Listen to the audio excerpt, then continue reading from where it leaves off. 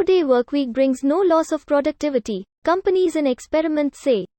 Here's a summary of the article. September 22, 2022, 9:54 a.m. Eastern Time.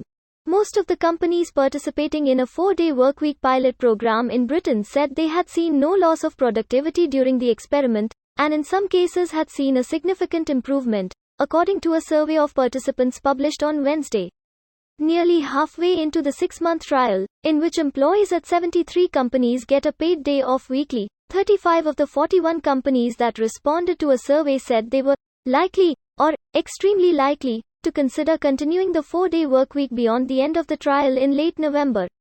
Some leaders of companies in the trial said the 4-day week had given employees more time to exercise, cook, spend time with their families and take up hobbies, boosting their well-being and making them more energized and productive when they were on the clock.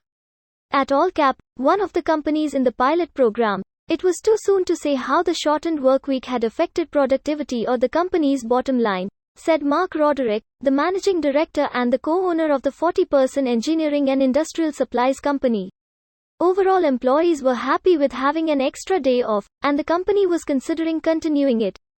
Joe Burns-Russell, the managing director at Amplitude Media, a marketing agency in Northampton, England, said the 4-day workweek had been such a success that the 12-person company hoped to be able to make it permanent.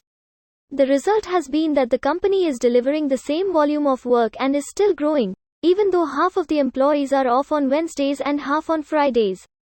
This post received a score of 33,000, with an upvote ratio of 95%. Here are the top comments in response to this article. Are people working 4 10 or 4 8-hour days typically? This article doesn't specify, but I remember reading before about this study where it said their workdays would not be longer. Edit found a link for a source that says there are 2 tiers. Gold tier does a 32-hour workweek and silver does a 35-hour workweek. Oh great, us peasants have to go through tiers just for minimum quality of life improvements. You must work 100 more hours this year to reach silver tier. You might want to read the article before jumping to conclusions. The tiers are for employers, not employees. Gold tier employers adopted a 32-hour week, silver tier employers adopted a 35-hour week. Alaska had a budget fight with its governor and his line item veto a few years ago, resulting in most state employees getting a 37.5-hour workweek. But it came with a pay cut for everyone involved, so I guess that's shit-tier employer. Especially because they probably still work 40-plus hours, or else they aren't being a team player. A few years ago I was managing a logistics and supply chain hub with 70 to 80 employees, and I would always put folks on 4-day weeks from late spring until early fall.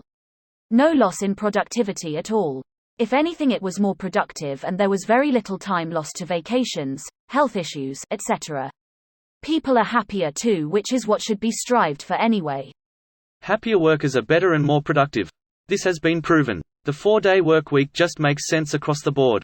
It's beyond that too. Overworked employees, regardless of how happy they are, cause accidents and productivity goes down due to fixing mistakes among other reasons. That's been known for decades though, and in my opinion it's taken into account when establishing wages because it's known more hours will be needed to fix the effects of more hours being worked. So to compensate for their lost hours, did your company pay more hourly? How did they make everyone happy there?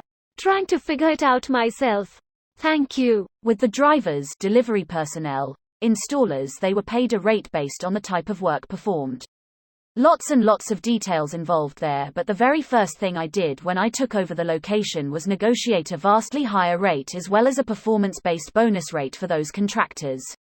Well, the first thing I did was save my company several $1,000s a month by trimming some redundancies and some toxic individuals in various positions based on things I observed while working there for several weeks as an independent contractor. There were a lot of things that were involved that made the process possible, and that was still with me literally working myself to death. This video was automatically created by Reddit to speech. The article and comments in this video were selected from Reddit according to their upvotes, and any paraphrasing was performed by smmry.com, without any human intervention.